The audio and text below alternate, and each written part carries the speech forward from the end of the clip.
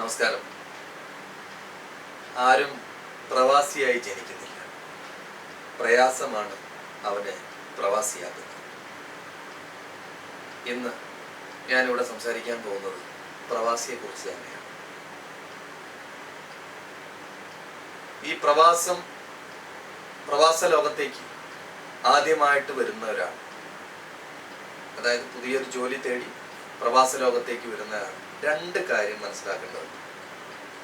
അതിലൊരു കാര്യമാണ് ഒരാൾക്ക് കാശ് കടം കൊടുക്കാണ്ടിരിക്കുക. രണ്ടാമത്തെ കാര്യം റോഡ് ക്രോസ് ചെയ്യുമ്പോൾ സൂക്ഷിക്കുക. അപ്പൊ ആദ്യം പറഞ്ഞ കാര്യം കാശ് കടം കൊടുക്കാതിരിക്കുക എന്ന് പറയാനുള്ള കാരണം എന്താ വെച്ചാൽ അനുഭവത്തിന്റെ വെളിച്ചത്തിൽ പറയാം. കാരണം നമ്മുടെ അടുത്തുനിന്ന് ഒരാള് കാശ് കടം മേടിക്കാൻ വേണ്ടി വിളിക്കുമ്പോൾ ചക്കരയും തേനും, നിന്നെ ചക്കരയിൽ കുളിപ്പിക്കാം, ചക്കരയിൽ തന്നെ കിടത്തി ഉറക്കാം എന്നൊക്കെ പറഞ്ഞു വളരെ എവിടെയാടാ നീ എന്തൊന്നും വിളിക്കാത്ത എന്നൊക്കെ ചോദിച്ചു. അത് കഴിഞ്ഞ് നമ്മൾ പറഞ്ഞൊരു ഡേറ്റിന് അവനത് തിരിച്ചു തരണമല്ലോ. ആ സമയത്ത് വിളിച്ചാൽ ഫോൺ എടുക്കില്ല. ഹലോ ഹലോ ആര് ശബ്ദിക്കില്ല. റിങ് ചെയ്യുന്നുണ്ട്, ഫോൺ അറ്റൻഡ് ചെയ്യും, ശബ്ദിക്കില്ല. അതല്ലെങ്കിൽ റിങ് ചെയ്തുകൊണ്ടിരിക്കും, അതല്ലെങ്കിൽ റിങ് ചെയ്യില്ല.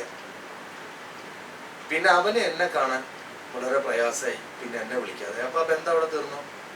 എന്തിനാ നമ്മൾ വെറുതെ വയ്യാവലി എടുത്തിട്ട് തോളിയിലാണെങ്കിൽ വെറുതെ എന്തിനാ, അതിന്റെ ആവശ്യമില്ല. രണ്ട്, റോഡ് ക്രോസ് ചെയ്യുമ്പോൾ സൂക്ഷിക്കുക.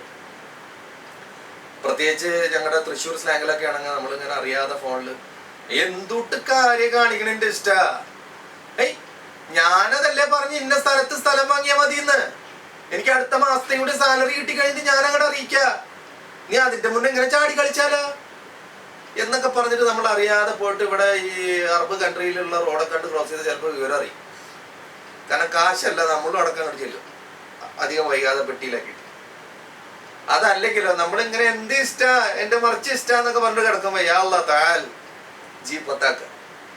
അപ്പൊ അവര് പറയുന്ന കാശ് നമ്മൾ അവിടെ കെട്ടേണ്ടി വരും. അതിനും കെട്ടാൻ വേഗം പോയി കഴിഞ്ഞാൽ പറ്റില്ല, അവിടെ ക്യൂ നിൽക്കണം, കാര്യങ്ങൾ കുറെ റിസ്ക് ആണ്. അപ്പൊ എന്തിനാ ഇതൊക്കെ ഒഴിവാക്കിക്കൂടെ? അപ്പൊ റോഡ് ക്രോസ് ചെയ്യുമ്പോൾ സംസാരിക്കാണ്ടിരിക്കുക, വളരെ ശ്രദ്ധിച്ച് കാര്യങ്ങളായിട്ട് റോഡ് ക്രോസ് ചെയ്ത് അപ്പുറം കടന്നിട്ട് നിങ്ങൾ സംസാരിച്ചോ, അതിനെന്താ? പലതരത്തിലുള്ള ബുദ്ധിമുട്ടുണ്ട്. അപ്പൊ ഈ രണ്ട് കാര്യങ്ങൾ പ്രവാസ ജീവിതം നമ്മൾ ശ്രദ്ധിക്കുക, അത്ര എളിയവന് പറയാറുണ്ട്.